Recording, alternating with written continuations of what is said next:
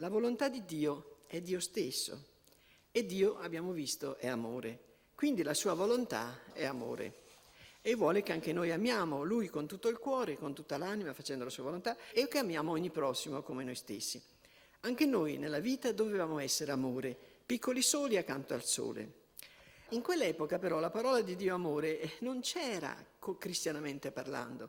Si diceva la parola amore quando riguardava per esempio quel qualche cosa, quel qualche sentimento che passa fra i fidanzati, fra gli sposi.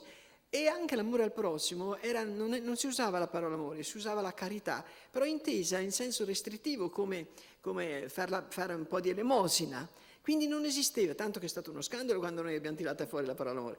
Però l'averci Dio manifestato Dio come amore e l'aver letto noi sempre il Vangelo nel quale c'è scritto, ben scritto, che bisogna amare il prossimo, amare i poveri, amare tutti, basta pensare al giudizio finale, ecco, noi l'abbiamo subito presa nel senso giusto e abbiamo scoperto anzi che l'amore era addirittura il cuore del messaggio cristiano e quindi che doveva assolutamente essere messo in pratica.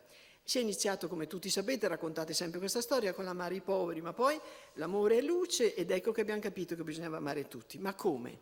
Ecco qui il punto. Ben presto lo Spirito ce l'ha spiegato con 2 parole. Farsi uno. Farsi uno si legge in uno scritto, con ogni persona che incontriamo. Condividere i suoi sentimenti. Anche qui, fra voi in questi giorni. Condividere i suoi sentimenti, portare i suoi pesi. Sentire in noi i suoi problemi e risolverli come cosa nostra fatta nostra dall'amore. Farsi uno, continua la letterina, con gli altri in tutto, fuorché nel peccato. È il farsi tutto a tutti di San Paolo, sempre la letterina. Questo farsi uno esige la continua morte di noi, ma è proprio per questo che il prossimo amato così, prima o poi viene conquistato da Cristo che vive in noi sulla morte del nostro io. Ma quando è così, io dico adesso, il fratello risponde al nostro amore col suo amore. Ed ecco l'amore del prossimo che sfocia nella reciprocità. Quanti prossimi incontri nella giornata tua, dall'alba alla sera, troviamo scritto, in altrettanti vedi Gesù.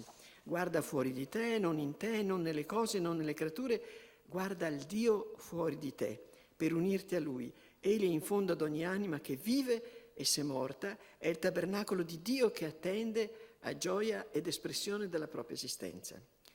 Allora ritroverai in te non più il fratello, ritroverai l'amore, che è Dio vivente in te, e l'amore uscirà ad amare altri fratelli, perché ritroverà sé in essi e tutti saranno uno. Sempre si finisce in gloria.